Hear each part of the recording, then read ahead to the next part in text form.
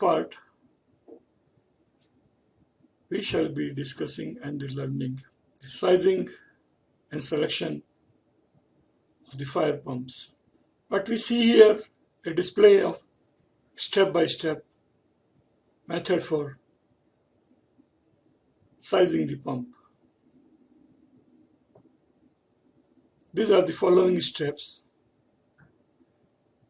which is required for sizing the pump. So number one is select type of occupancy, height of building from grade level, establish type of hazard.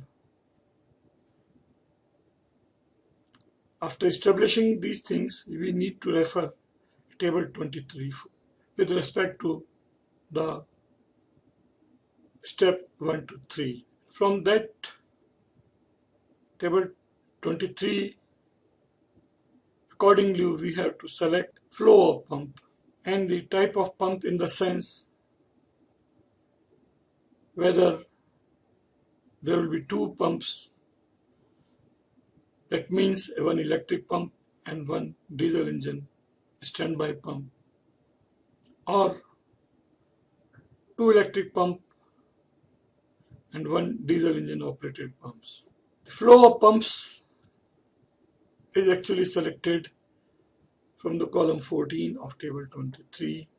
The flow follow the recommendation as per the notes 1 to 23, as we have discussed earlier with respect to the table 23. For each kind of occupancy and the sub-occupancies, the flow of pump is given in the detailed notes, which are actually marked where the flow of pumps are given in the column 14, and those are applicable wherever these notes are given. Now, with regard to the residual head, we have to follow the residual pressure, and the maximum residual pressure required in the operation is the fire hydrant, and that is 3.5 kilogram per centimeter square or 3.5 bar. The next steps remains is establish the static head to the remote fixtures from the outlet of pump. What does it mean? It means that we have to establish total height from the pump outlet to the remotest hydrant, remotest highest point. And the next calculation we have to perform is to calculate the friction loss. That friction loss is to be calculated from the pump's outlet to the longest route to supply the fire hydrant as per the given flow which we have selected from the table 23 according to its occupancy. And finally, we have to establish the pump's head, that is the addition of the steps 7, 8 and 9. It means the residual head plus the static head plus the friction loss. This is what is required to size the pumps. Now, main pump's working head. What is the main pump's working head is the addition of steps 7, 8, 9, 10 and the efficiency of the pumps to be calculated. That we'll see further in the calculation process.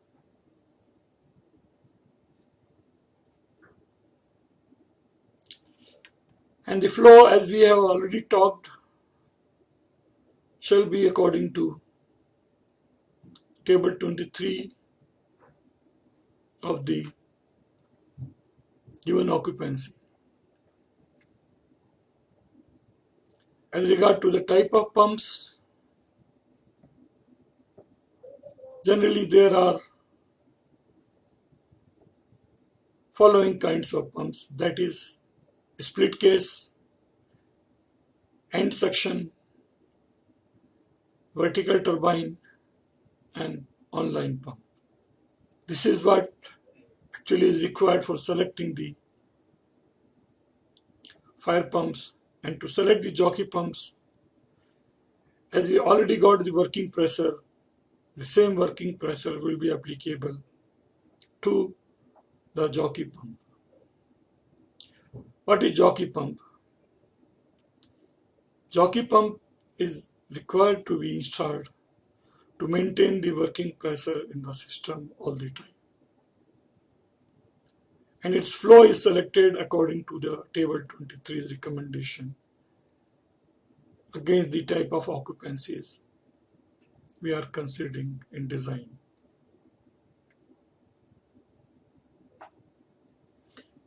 In establishing the head of the pumps, it shall be the same as we have already established as per the result of the steps 7, 8 and 9. Now, as we proceed further, we are going to select the pump's power. The pump's power is calculated according to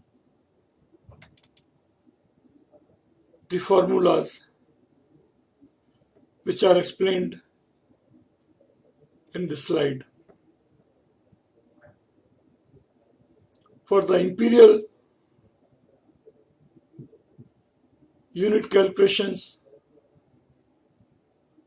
the pump's selection formula is this one, that is the head in feet, flow rate in GPM, and the specific gravity of the water. Generally we are taking this as 1, which is divided by the unit 3956.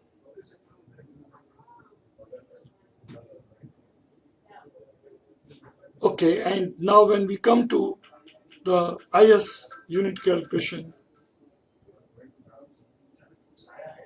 the formula remains 9.81, that is the gravitational force. Head, that is the total head in static friction and the residual head. And the flow rate, that is in liters per second. And again, the specific gravity is considered as 1. This is calculation for the watts, and to convert it to the kilowatts, we have to divide by 1000, and that will become the hydraulic kilowatts. And this will become the hydraulic horsepower. From this formula, we are obtaining only the actual power requirement. We have to convert it to the brake horsepower. What is brake horsepower? Brake horsepower is the addition of power which are lost because of the pump's efficiency or the motor's efficiency. And that is how the total power calculations for the fire pumps are made. This is the sample calculations which we are having. This is self-explanatory. This is the formula. This is discharge pressure. This is the head. And the calculated horsepower is head into flow into specific gravity divided by this, which is 5. And here from this we are performing and adding the pump's efficiency, which is taken for the purpose of calculation here is the 60%, and the brake horsepower required is 8.3. This is to be selected from the standard size of the pumps because the unit available here are not manufactured. So for the purpose of selection, we have to select the standard pump. So here the next standard size is 10 horsepower. Accordingly, the 10 horsepower will be selected for sizing the pump. So this is the way we select our pumps, and similarly, knowing the flow and the head, we select for the jockey pump's power also. What we see here is a graph which explains the characteristic of the fire pumps. Fire pumps are having a different characteristic than the normal standard centrifugal pumps. This graph explained that the pump should be selected with the 60% efficiency able to give a 150% flow, and its closing head, when pump is running and there is no discharge, it should close at 40% high, that is 140, considering this as a 100-meter head, and this is the 65% operation giving 150% flow, and this is the 40% as a closing head. This is the characteristic of the fire pumps, and the fire pumps are generally manufactured with this characteristic. This characteristic does not apply for the jockey pump, it is only for the fire pumps.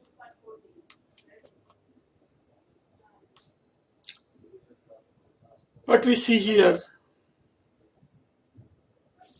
is the 3 pumps arrangement. F1 shown is an electric pump, F2 is a diesel driven pump, and F3 is the jockey pump.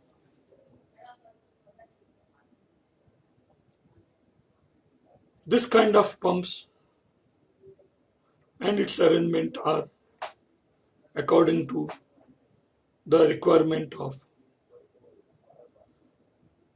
type of occupancy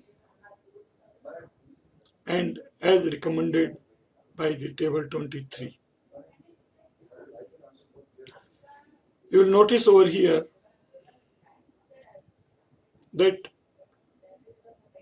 for the internal hydrant and the sprinklers are supplied by one riser, that is what you see over here, and this is the one which you can see over here, and these are the hydrants or the landing valves, this one, and this is the supply to the sprinkler through the zone control valve.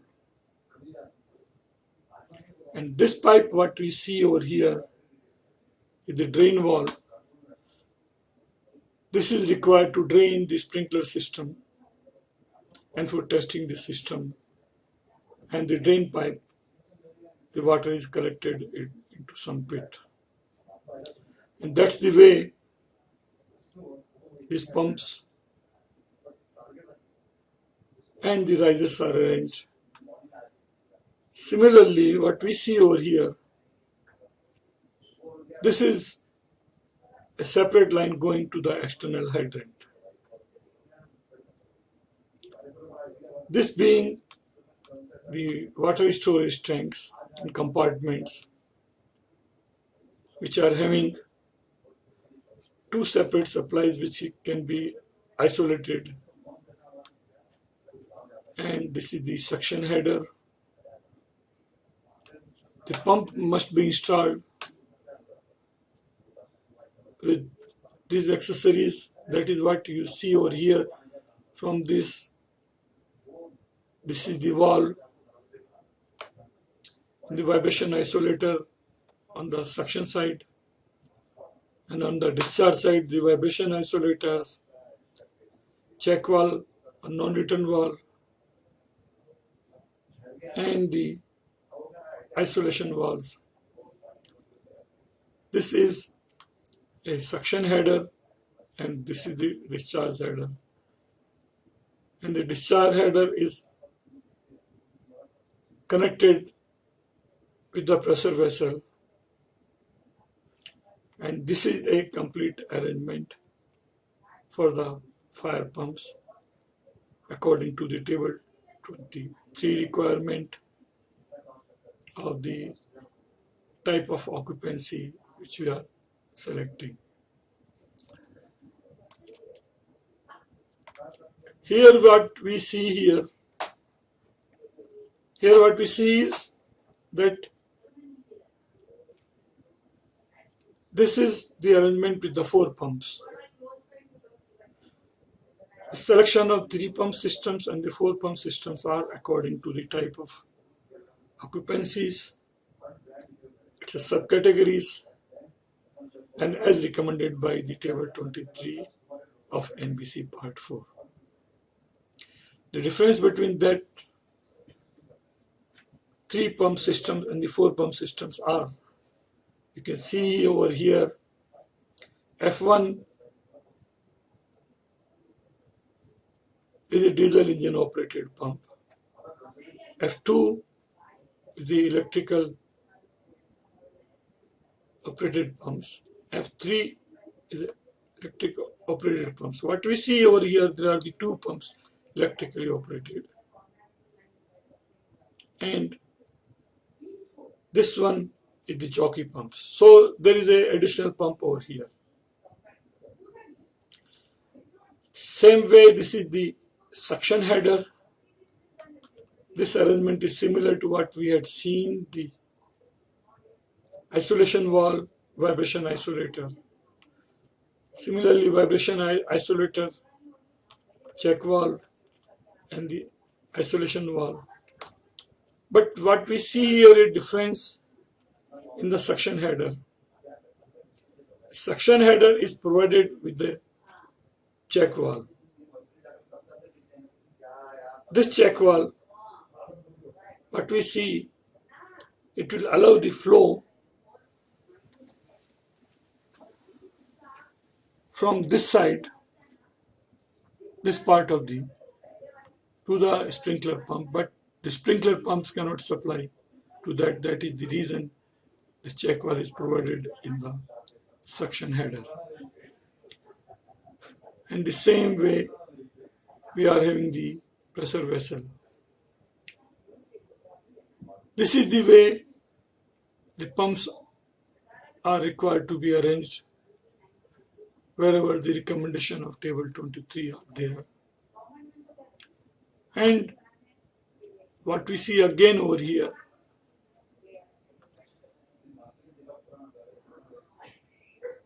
this is a separate line or riser for the sprinkler system, a separate riser for the hydrant system for the internal, and a separate supply to the external hydrant system. So what we see here are the 3 connections instead of 2 connections over there. And here what we see, same a drain pipe over there, similar to that, to drain or test the sprinkler systems through the zone control valve of any floor or any installations.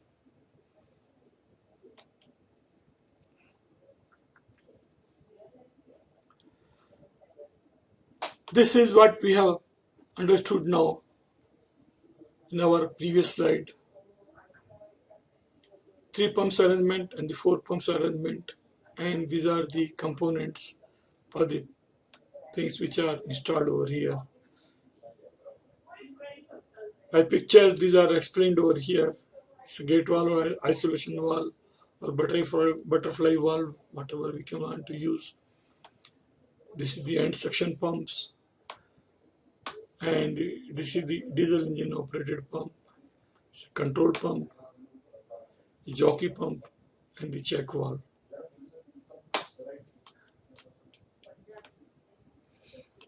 In this slide, what we see, the assembled pumps. When these things are assembled on some steel base, then the fully assembled pumps are known as skid mounted pumps. These are generally supplied from the factory fully aligned, because on site assembling and alignment becomes very difficult, and the misaligned pumps can be disastrous for the operation. It might break its shafts and other things. These pumps on site are mounted on the concrete pedestals, because the floor, it should remain above the floor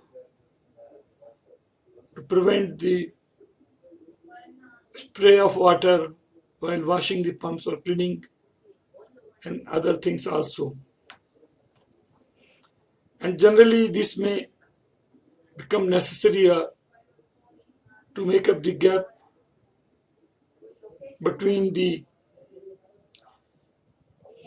outlet from the discharge header to the top of the floor.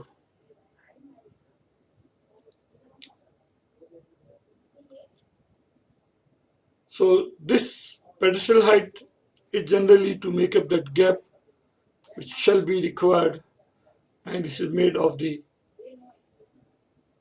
RCC concrete.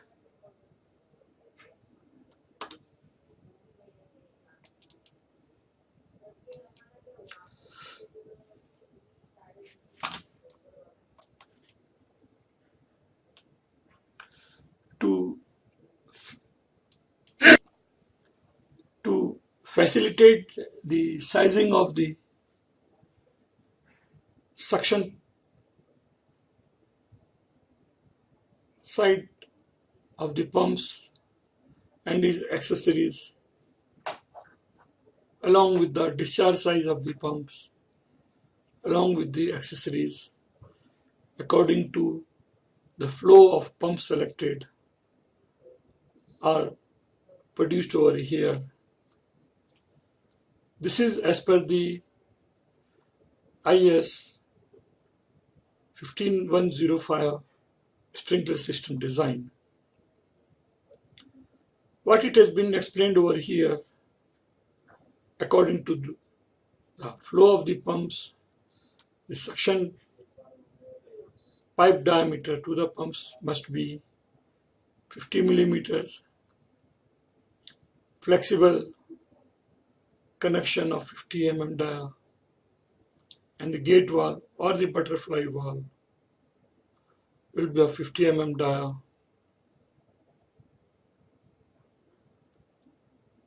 And the check valve, if it is with a positive head or negative head, it is to be provided with this size.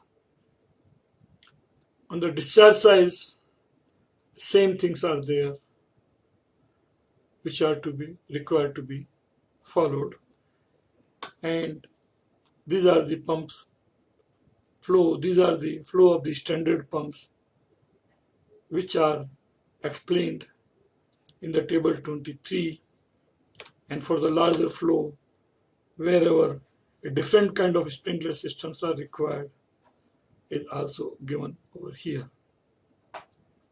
In general, the basic calculation for the selection of the suction size should be taken to select the pipe diameter as 5 to 6 meters per second, and on the discharge side it should be taken about 6 to 8 meters per second. These are the pre-calculated sizes on the suction side and the discharge side.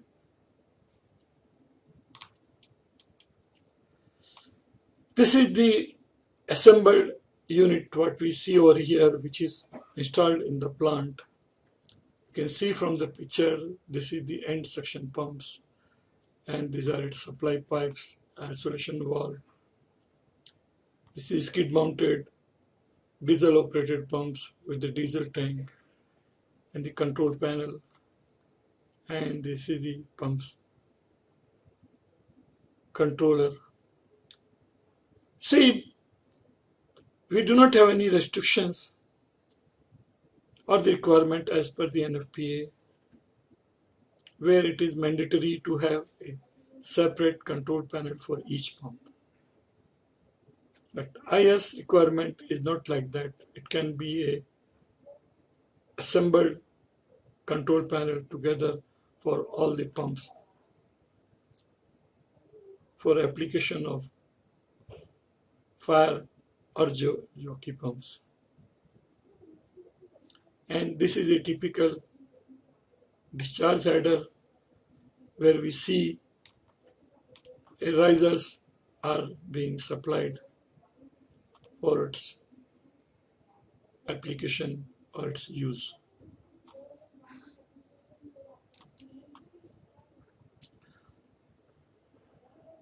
See, we have to have a certain fuel storage for the diesel engine operated pumps,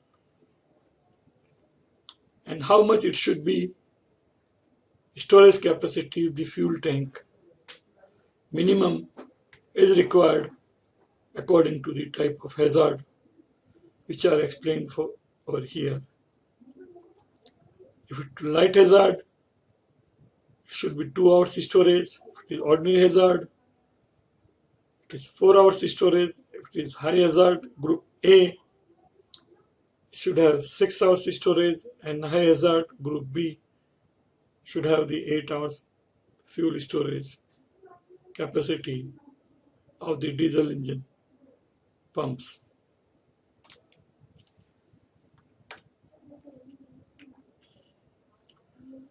See, the selection of the fire pumps and the diesel engine operated pumps are generally according to what it is explained over here, and it was also briefed earlier.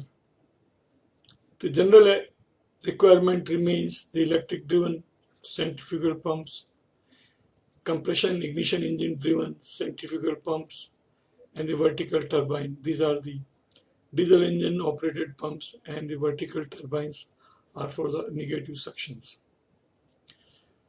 The pump's capabilities, as we have explained, the pump should be capable of furnishing not less than 150 and not less than capacity at a head of 65 efficiency.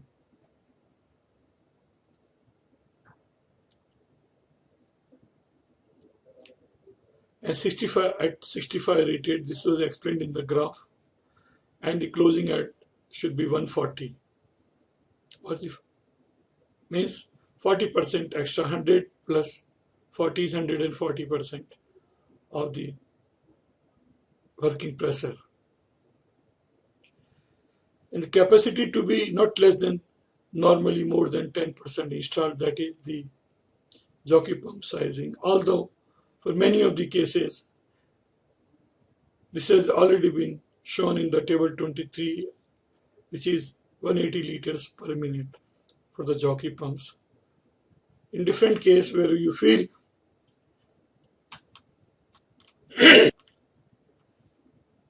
the jockey pumps capacity can be increased between 3 to 10%. And the suction velocity, as we have said, should be between 1.5 meters per second and 2 meters per second, as explained earlier with the tables. And the fire pumps equivalent to horsepower required should be same characteristic of those things, and the compression ignition driven pumps with the fuel tank. These are the requirement of the systems.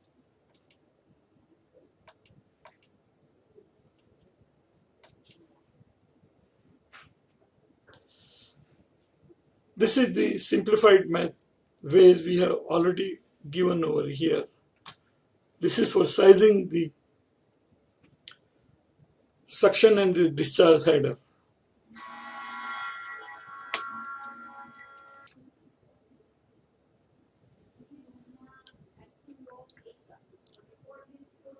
In this slide,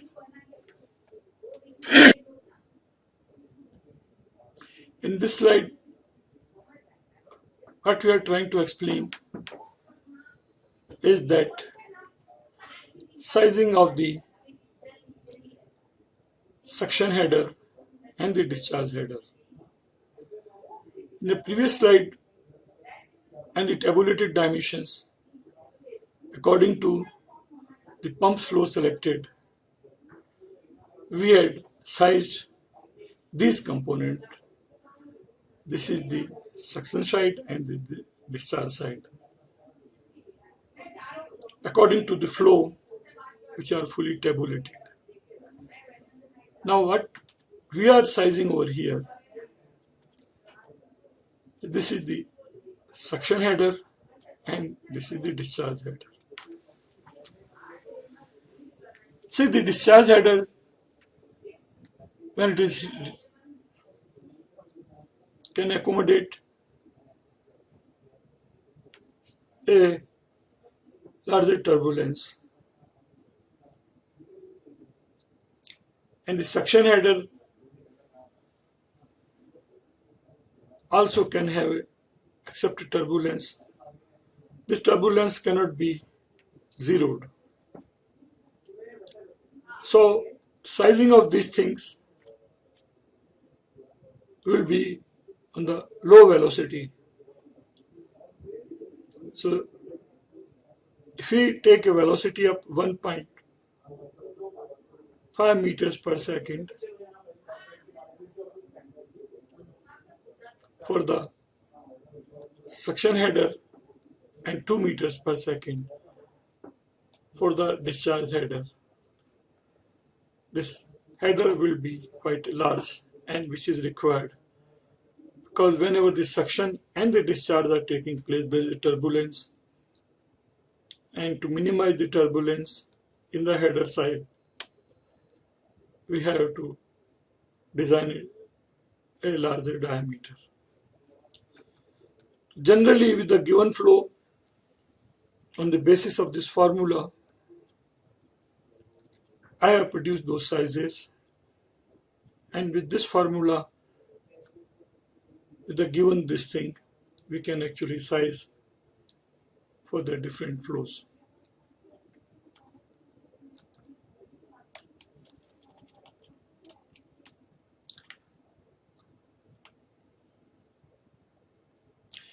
In this slide, what we are seeing are the two different things. One is the drop or the head, which is recommended minimum by the NBC code, must be maintained. It can be larger than that. See, this is a drop required to maintain a positive suction head. This is the outlet from the tank. This picture is taken from the NBC, but in practical or in practice we are providing the two separate tanks of the given capacity as per the table 23. But having a cross section will be similar to that by not considering this baffle plates and other things. The tank's connection for the storage must be made to the pump with the positive suction head of minimum 0.9 meter. It can be larger than that, but it should not be less than this. This is recommended. So what we see here, the tank's connection should be provided with the fire brigade inlet pipe and the domestic pump suction. If it is not taken, this is not taken from here.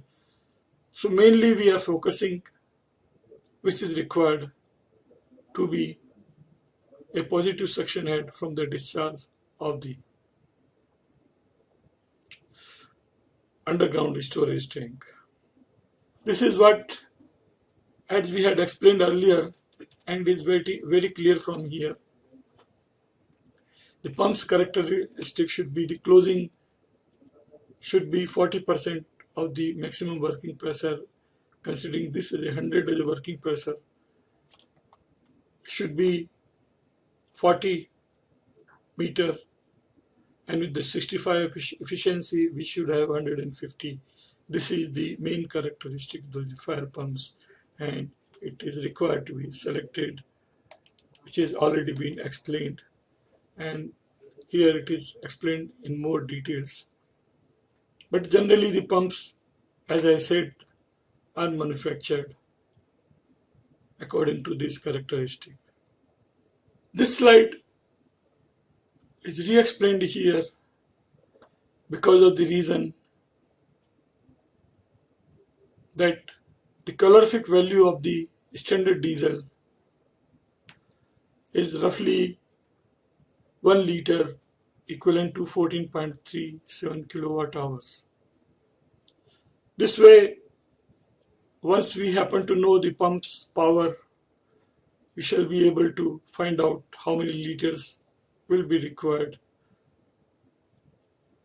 and the storage capacity according to the requirement of the code can be calculated, and the size of the tank can be described while writing the specification for the fuel storage tank. This slide is a requirement as per the NFPA, where a separate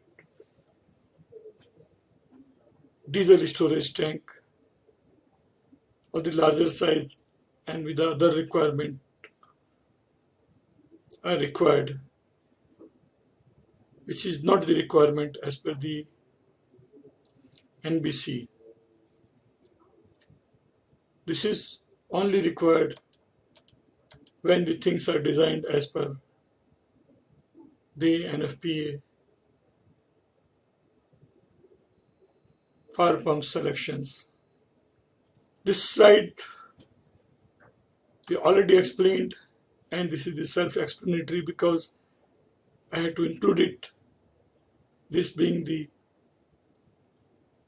pump sections. It doesn't require further clarification on that.